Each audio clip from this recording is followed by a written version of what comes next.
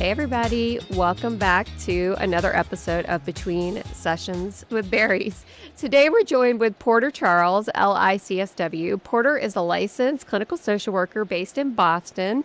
He runs a private practice, works in a hospital setting, and still somehow finds the time to host the Culture Hug podcast. He's deeply passionate about helping clients and clinicians navigate burnout, and he's become a huge advocate for using AI in therapy and private practice management. Porter, welcome. I'm so glad to have you here. I cannot wait to Thank hear you. about everything you're doing. Well, thank you so much for having me, and it's really a pleasure to be here. You're Honestly, welcome. I've been using berries for a while and just listening to the podcast, and this is all just an incredible community to be able to improve ourselves as therapists, as people who want to help other people. Yeah. I think like that's a big motivator for me in whatever work I've been in. I've been a transplant social worker for about the last 2 years, but what I've noticed in all the different kind of social worky jobs that I've been in is people get burned out, Yeah. and it affects everyone and everything. And Mhm. I hate to see that. And I've seen it in myself. And, you know, AI has come along and continues to boom. I would It's love exciting. to talk about that, especially how to use AI to help us not burn out. It's amazing. So, what is a transplant social worker? Maybe we just touch on that for a second because I Yeah. don't even know. Yeah. I don't think I really knew what that was until I kind of got into it. It's a social worker who works in a hospital, but more specifically works in like a transplant department. So for me, we Oh, work with like transplanting kidneys and pancreas, and my coworkers work on the liver side. There might be wow. people who transplant hearts and stuff. And our role is to kind of help make sure that a person is able to receive a transplant, make sure that their life is stable enough, that their mental health is stable enough to Mm, be able to take that big of a change in their life. We talk to their family, then other support systems, look at their finances and a few other things, and we follow them afterwards. So that's different. It's not exactly walking the streets necessarily like how I was doing in the past, but it's a little bit more of a cushier, you got a desk, social work type of job. yeah. Wow. That's so interesting. Like, I follow somebody on social media. I'm kind of friendly with her, and she just had a heart transplant at like 30 years old. And just watching her journey, like, I've often thought about that, like who's supporting her on the back end. And then to think that, gosh, that process starts with social workers in the hospital. That's amazing. What an amazing job you're doing. There's so much that goes into it, and each member of the transplant team has their own like specific role, and so there is kind of a lot on the shoulders of the social worker, Yeah. and making sure like if you're talking to the surgeon, if you're talking to the nephrologist, they look to you Hmm. and like, did you ask them about their family, about their their home life, about this and that, and they trust you. And so for me, I felt the weight on my shoulders, and That's so I heavy. started looking like what kind of checklists, what kind of things can I make sure Mm. that I am asking them, and then when I'm talking to them, I want to make sure that I'm also like empowering them as well, because then I'm protecting myself Mm. from burnout, and I'm not going to be doing everything for them, but rather like, and that's just where kind of the AI has come in. For Love that. example, a lot of people need help with finances Yeah. because the recovery process takes, on average, we say take off about 3 months of work to recover. Recovery kind of varies through a lot of different people, but 3 months is a lot. A lot of people like aren't necessarily prepared for that, and so we help them fill out some paperwork. In Massachusetts, it's called paid family medical leave, but there might be like FMLA or other things that like the government kind of helps give them back a percentage of their paycheck at that time. And that process can be pretty complicated, can be pretty overwhelming. And if I was to sit down with someone and go through it, it might take me an hour and a half, 2 hours or so, depending on if they have their documents ready and everything Yes. ready Oh, to gosh. upload. So much to do. And so, like, it's been a lot more simple with AI, because now with like, for example, I used Scribe and was able to kind of click through the different things on the website, and it automatically like captured what I was doing and made it very like step by step process. And then I Wow. put it into kind of a bigger format so I could just send this like guide to people and say, hey, if you guys go through to the end of like follow this guide, if you have any questions, let me know. And then reach back out to me when we need to do like the signatures and the doctor's stuff. And that saved me Amazing. so much time. It's Oh, empowered patients. Like it's been really, really cool. Yeah. So like I want to so like smart. spread all the news that this is helpful. It's so smart. I mean, I definitely have helped clients do like Social Security disability applications and stuff like that. And it is tedious and so smart to just, and I talk to people about this all the time, like recognize the things you're doing over and over and over again that are huge time sucks like this. And Yes. then how can AI like help me make my life easier around it? And that's so smart to just put it into a video tutorial so you don't have to like repeat over and over 100 times. Now this question right here is tricky because of this, and this, to be able to explain it Yeah. like that. Yeah. I love that. That's amazing. And one of the, it's interesting, and like, if you're a transplant social worker listening to this podcast right now or whatever, I imagine some things might be coming up in their mind of like, well, like there's not really budget for this, or Mm, like, do I really have time for this and such? Like, there's always going to be barriers, I think, to a lot of these things, but like keeping in mind like what kind of things can, like you were saying, like what kind of things that we're doing repetitively and like starting small. I think that that's like so important. And a lot of the things, almost all of the things I've used have been free to use, free to awesome. access, and it's been so great. I think I'm working on the whole like pitching to the people who hold the money of like, hey, we might want this, this is really great. And I would say it's working a little bit. So like keep it up, keep educating yourself and showing people like that there is something that can be done to Wow. help with social work burnout, as well as like just helping the patients understand like what's going on. Like Mhm. something that I see a lot and have seen a lot in the various social work jobs that I've been in is just that when a person doesn't speak English as a first language, or might not even speak English at all,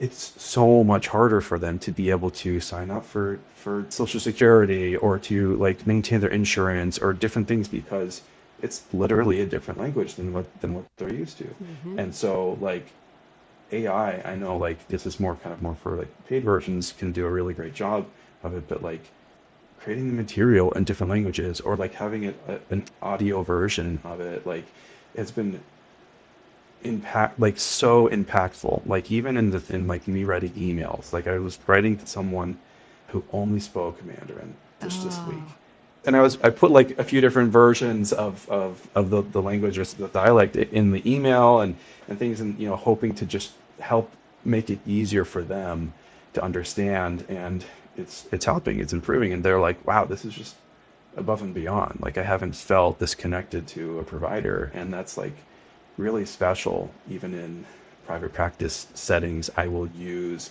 AI sometimes to give me a quick little snippet of like, where's this person coming from? Let's say like they're coming from like Haiti or something like that, and they recently came over or something, and it's like, okay, tell me how yeah. I can connect with this person. Wow. Help me understand like the right way to approach certain subjects like mental health. And like, typing a prompt like that into a simple like AI search engine has just been phenomenally helpful for me, and Yeah.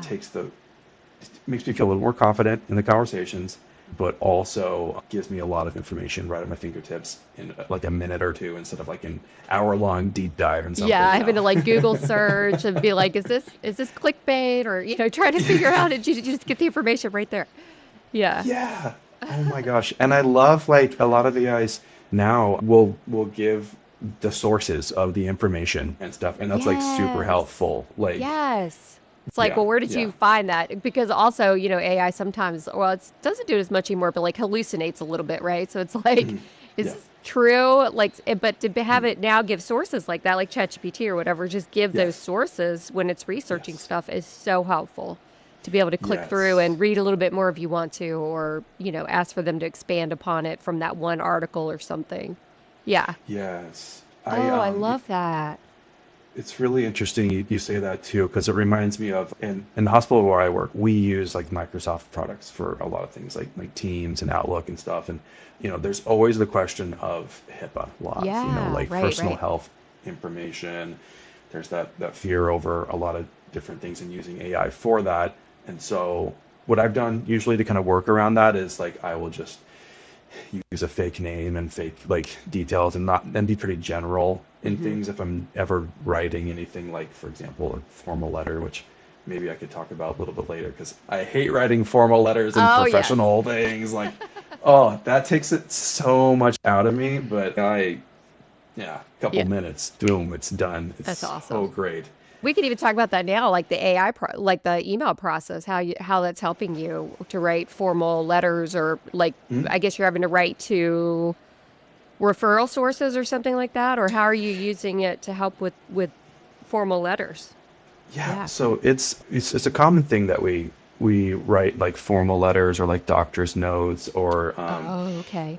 things like that. Like we might be talking to a utilities company, just like, hey, don't shut off utilities. This person needs their utilities on to be able to live and survive, and they're recovering from a transplant.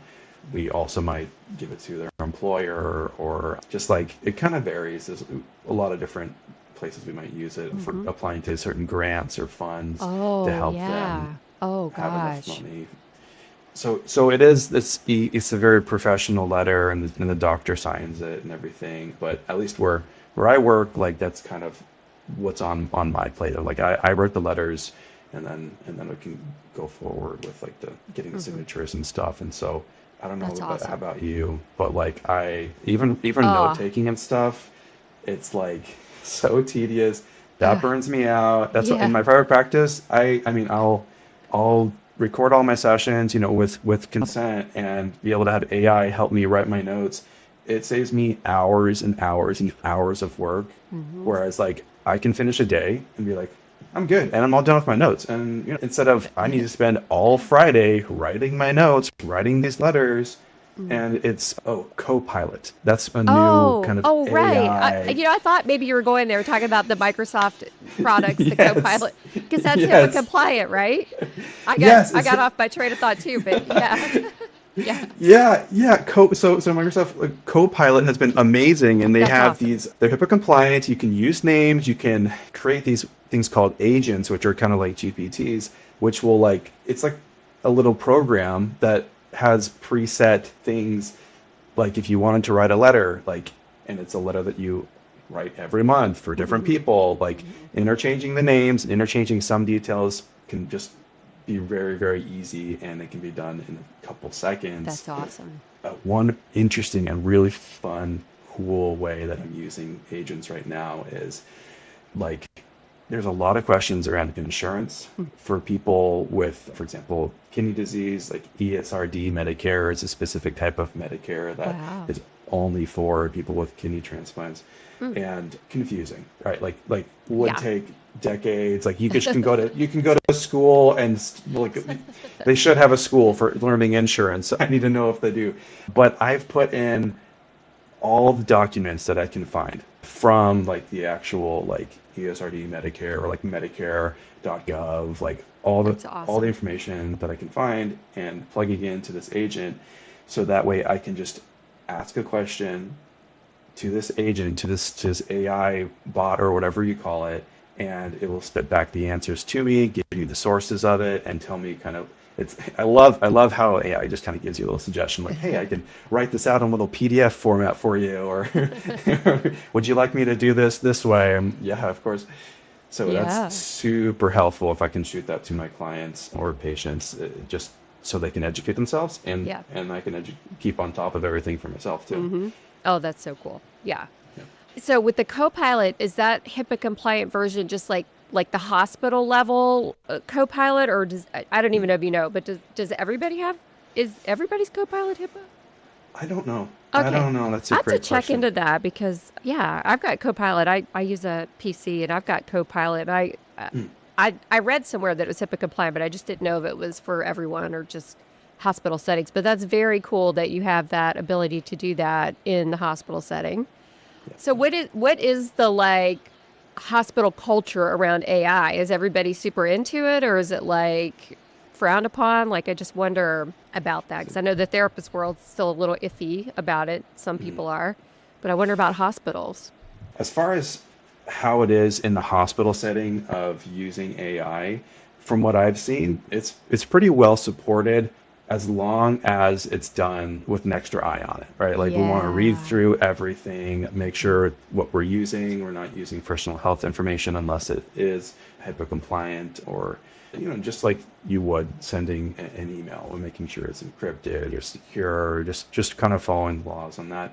I will say that there are some people who might be more like used to just like writing stuff down on paper, or just doing things the way that it's always been done, or that other hospitals do it. For example, we have this like patient binder that we give everyone when they come in for like an evaluation to see if they can get a transplant. And it is, for me, my worst nightmare if I was to get that. Like, it is Yeah. this thick, Oh my gosh. words upon words upon like it doesn't even have like a dictionary in the back, and I feel like it needs a dictionary in the back. So I took a look at that and I was just like, this is like almost like, oh, it's like against my like social working morals almost. Like I want to make this accessible. I want to have this in different formats. I want to, like, oh my gosh, what about the people who are visual learners, who are like auditory learners, who are Yes. kinesthetic learners? Like, oh my gosh. So for me, like, thinking about patient health literacy, like, that's important. So what I try to do is start conversations.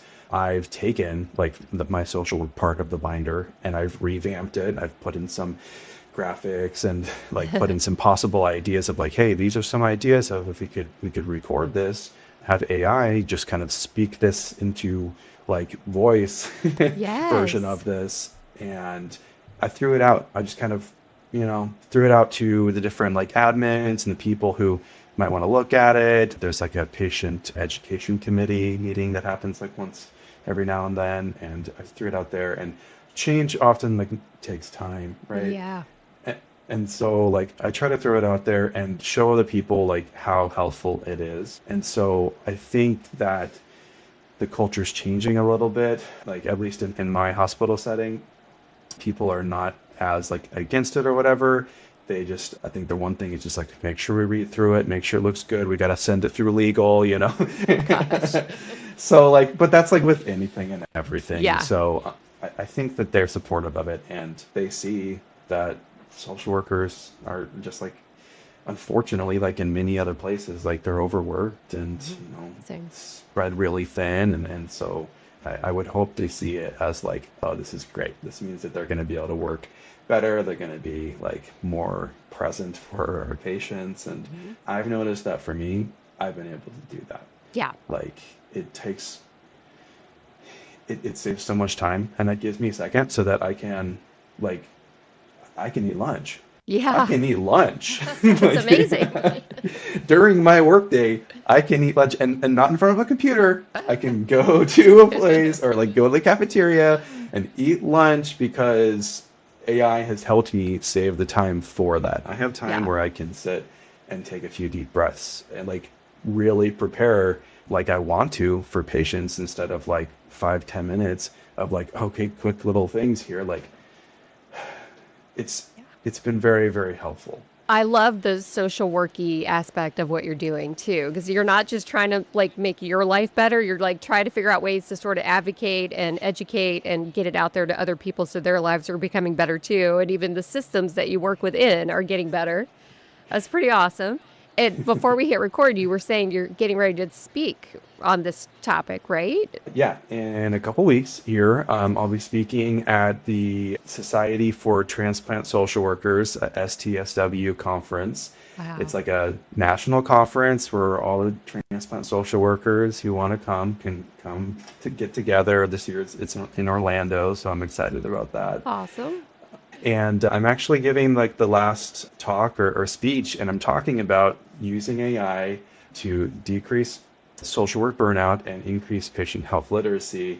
And I was talking with like kind of the conference heads and stuff, and thinking about like what really to focus on, and what I'm focusing on is to help people who are still at the entry level, like haven't quite opened the door to AI, and who are like hesitant to using AI. And so in my presentation, which I plan to offer on my website, smoothstonecounseling.com, and can definitely do this presentation in other places, but I plan to show them firsthand like screen recordings and like live demonstrations of like how I do these things and how easy it is. Like just as simple as typing in, hey, what can I do here or whatever, write me a formal letter for XYZ, blah, blah, blah, have it shoot out so that people can like literally see it and see how easy it is, because people, including myself, when I was first Yeah. getting into this, and as I continue to just explore the ever expounding world of AI,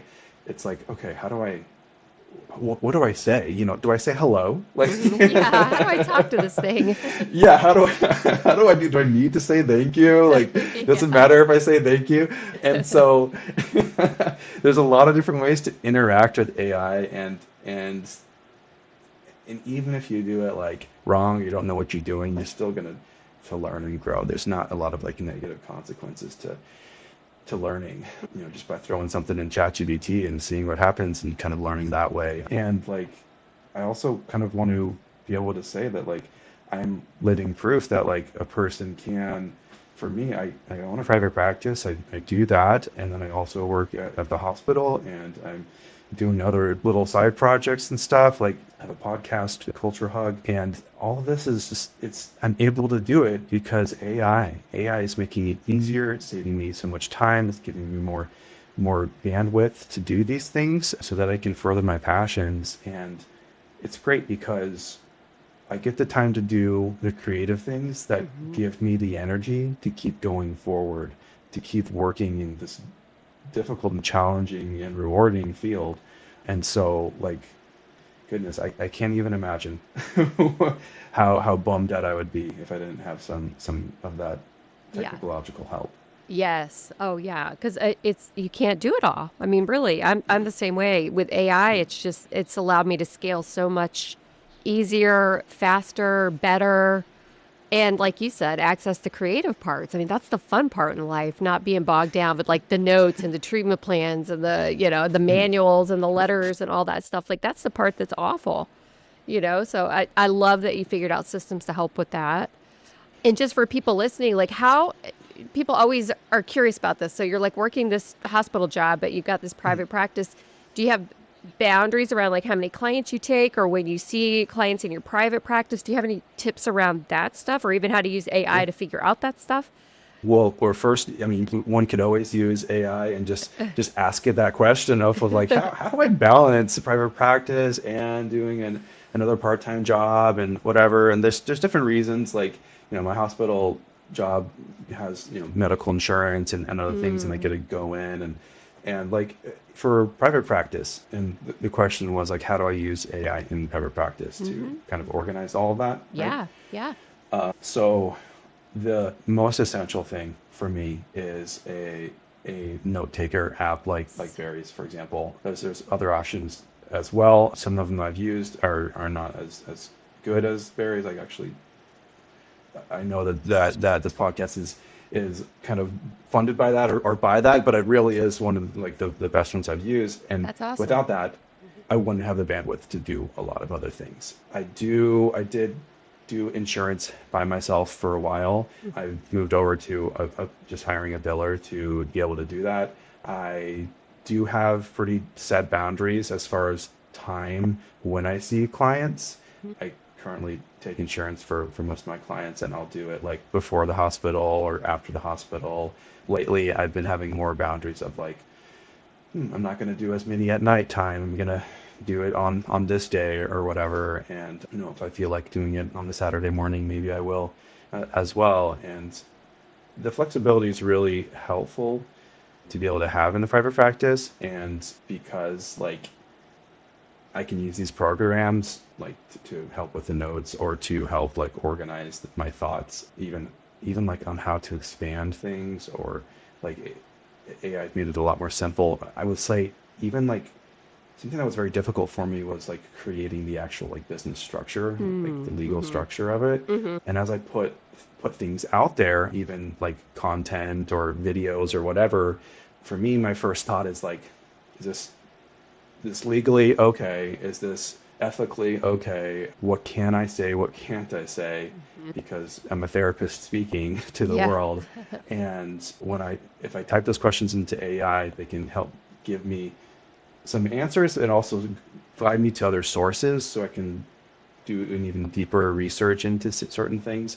So that's been really helpful to kind of just manage my feelings of overwhelmment, or even like to make checklists for Yeah. things, handouts, even for certain patients or clients who might need a more like visual, like this is how you do like the, I don't know, DBT stop technique, or Yeah. scale. Like AI can help with a lot of things. And make it a lot easier to interact with people and to do therapy, I think. So helpful. So we talked about ChatGPT, we talked about Copilot, we talked about Scribe. Are there any other, and Berries, are there any other like AI tools you can't live without that you would love to Yeah. tell people about that are listening? Yes. Yeah, I'm glad you asked. Gemini is also really great. I love Gemini. Sometimes it's actually like faster and than ChatGPT for me. I don't have the paid versions. Like I said, I'm working, all these AIs are free for me, and I'm using their free Nice. versions.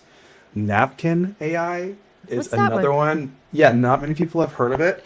I use that specifically for when I'm giving like guides to my clients or my patients. That it takes a text, right? Like you got a few paragraphs, or you can have like a whole page or two, and it will condense it into like a graphic, like maybe a little flow Oh, chart, or like certain like bubbles where it's like boom, boom, boom. These are the main topics, nice. or like, and there's a lot of different options, and it happens real quick. And like if you want like the rings of a tree, or a tree growing, you can have a lot of creativity in it, but it makes it a lot easier for me. Like I said, I'll look at a worded page and I'll be like, ugh, Yeah. ugh, Oh, you yeah. know. So I'll go right to the pictures and I'll be like, okay, cool, this is helpful. It helps me get through. I'm assuming other people are like that too, and particularly people who are still learning English, And so Napkin AI is another one. Yeah, I Awesome. mentioned Scribe. I know for me in my private practice, I use Canva a lot. They have a lot Hmm. of really good AI capabilities for like content creation, and it's helpful, even like PowerPoints and all that. Let's see, Otter I've used for helping like transcribe meetings and stuff. And Notebook LLM has been helpful too for me, particularly in creating the podcast that I'm kind of working on, which is a Culture Hug podcast. Is kind of connecting different cultures and learning different things about cultures, things that we might feel too scared to ask. And so Notebook LLM is really helpful because it can take a lot of different sources Hmm. and help kind of find the golden nuggets in all the sources, and find the answers to some of the questions in a good format, where I don't have to be too focused on my presentation or my voice or anything like that, because Yeah, that's it helps cool. out. That's really cool. Yeah, I use Notebook LLM, or Notebook, is it LLM? Notebook LLM? Notebook LLM, I think. Yeah, Yeah. I use that. They have like there was a new law that came out in Illinois about AI, and I took a bunch of articles from that and gave it to Notebook, and I don't know if you've seen Yes. this, but they have it now where it turns it into an explainer video. So I put it in there. It turns it into like the 7-minute explainer video about the law and why therapists should care and all this stuff. And I put it on my YouTube channel. It took me like 3 seconds, and that got a lot of views. Like people were like, Yeah. "Thank you. This is so helpful and informative." And I'm like, "Oh my God, it took me like 2 seconds. I just did it over on Notebook. Yeah. It's Yeah. really neat." It's really amazing. And talk about like just getting a lot of information together, Yeah. and like, people literally have jobs to do that, and this AI Yes. is like helping that so much. I feel Oh like I my got my gosh. own personal assistant. So Exactly. Like I never would have wanted to read through that law. It's like, oh my gosh. no, But anyway, no, it's like, no, thank you. But it helped me yeah, understand it too. I'm like, oh, this is super interesting. So it was really cool. But yeah. anyway, how do people find you if they want to work with you? I guess you do speaking and consulting and Mhm. helping other therapists. And I just would love for you to share all the ways people can work with you and find you. So my name is Porter Charles. You can also just like Google me, and it's Porter, and my last name is Charles. Everyone gets it confused. Yeah, Everyone does I it. did. I did a double take with it. I was I'm like, wait, is sure it you. Charles Porter or Porter Yeah. Charles? Okay. Everyone does it, and it feels like a very like Bostonian name, because we got Porter Square in the Charles River. So Oh, if yeah. that's helpful for people, but my private practice name is Smoothstone Counseling. That's a place where you can go if you want me speaking, if you want presentation, if you want extra like consulting or coaching. I also have my people right now. I have a long wait list for therapy, but people will go there to get on my wait list. So that's how they find me there. Feel free to pop on over to that website. Just revamped it, and I'd love to continue the conversation and help people who are looking to get their feet wet and all this. Yeah. Well, thank you very much. Wonderful conversation. I really appreciate you taking the time.